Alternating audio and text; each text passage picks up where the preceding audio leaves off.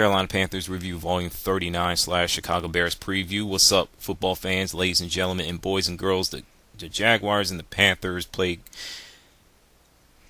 okay in the first half. Late first half, the rest of the game. The field conditions was bad. Penalty-wise it was bad, but the officiating was worse. Fans was getting soaked. Players slipping, sliding all over the place, which is pretty cool. And Carolina won the game. That's all that counts. Jacksonville, they still own Carolina because they still lead the series 3-2. But they lost that game because they didn't make enough plays. And I feel they should never, ever got rid of David Garrard in the first place. If he was still on that team, the outcome of that game between Jacksonville and Carolina would have been different, even though I had Carolina beating Jacksonville way before the season started. So, Blaine Gabbert did some good things, did some bad things. He's a rookie. He's going to make mistakes. Okay? Just like Cam Newton. Just like anybody else who are rookies. And Jack Del Rio will get fired. That's a promise. If David Garrard goes, so does Jack Del Rio as well. As for Carolina Panthers, hey, first win of the year. I'm cool with that. I don't care if the Jacksonville Jaguars are a terrible team. They beat them. That's all that counts. Right?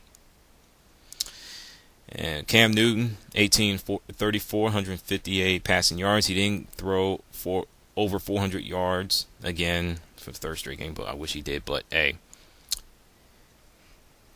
it's going to happen sometimes where you're hot the first two games or whatnot and you just cool off. I just feel that Cam Newton needs to work on his accuracy. I mean, it is hot and cold. I mean, he's overthrowing his receivers for the third straight game, and that will drive any coach crazy. That will drive fans nuts. So he needs to work on his accuracy. If he can do that, he'll be just fine. Oh, to all the Cam Newton, quote-unquote, haters, just hating the dude just for the sake of hating the guy, I call them the Cam Newton naysayers.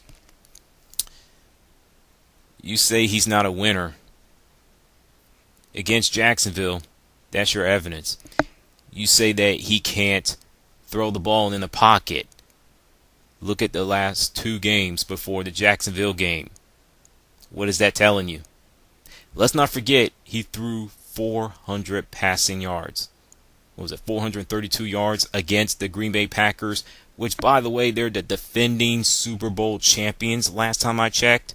Yes, I understand the Green Bay Packers are ranked, 29th or 30th in total defense, last I remember, according to NFL.com. But hey, they're the defending Super Bowl champions.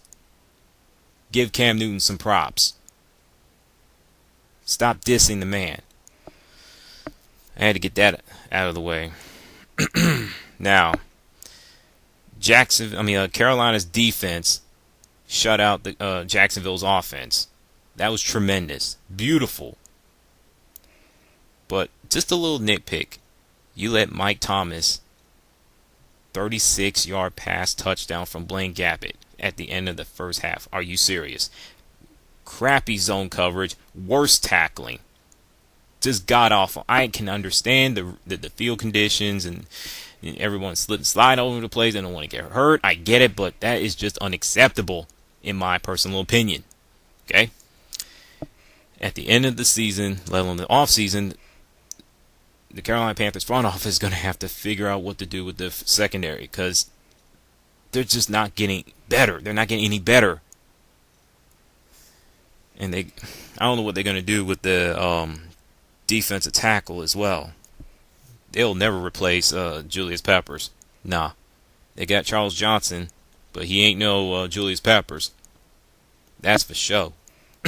Now, officiating, before I get to the preview of the Bears, it was bad.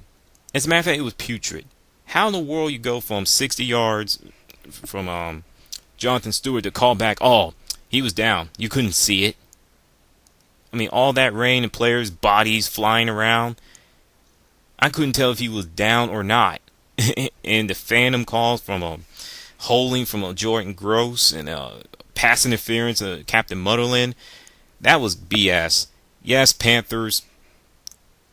Yes, it was bad from the Panthers, but it was also bad on the Jacksonville Jaguars as well. So it's even, and the penalties were combined like what, 16, 8 each. So it is what it is. As for the Panthers, going to Chicago, Illinois to take on the Bears on Soldier Field. They're tied 3-3 series. Carolina 1-0 all time in the playoffs. Last time these two teams met, October 10th last year. 10-10-10.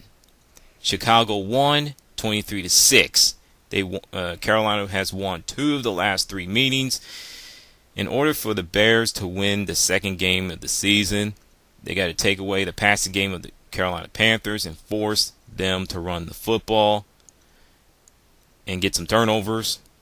And as for the Bears offense versus the Panthers defense, protect Jay Cutler, throw some screen passes, run the football, be creative, do whatever it takes.